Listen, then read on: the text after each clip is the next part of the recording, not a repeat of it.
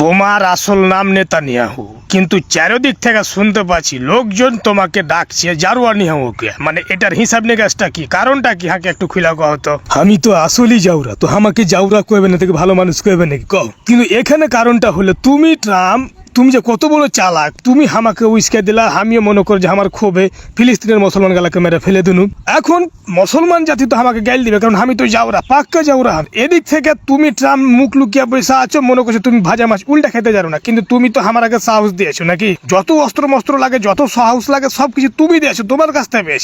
এখন তুমি যদি আমাকে এরকম কথা কো, তাহলে তো মেনে নেওয়া যায়। আচ্ছা যাই হোক, তুই মানে কার না মানে রে ভাই, তুই যাওরাই থাকবি। তুই একটা কথা মনে রাখিস যে তোর পাছাতে বাঁশ ঢুকাইবি ওরা, বুঝতে পারিস কিনা? তুই যে নিরীহ মুসলমান গালাকে মেরে ফেললি, এই পাপ তোকে লাগবে, আর খুব তাড়াতাড়ি তোর পাছাতে বাঁশও ঢুকবে একবারে, বুঝতে পারিস? আছিলা বাঁশ তোর পাছাতে মনে করে ঢুকে যাবে। তুই যে যাওরা মোটা করলি, তুই বাঁচতে পারবি না রে নিয়াও, তুই বাঁচতে পারবি না। তুই থেমে যা, এখনই থেমে যা তুই।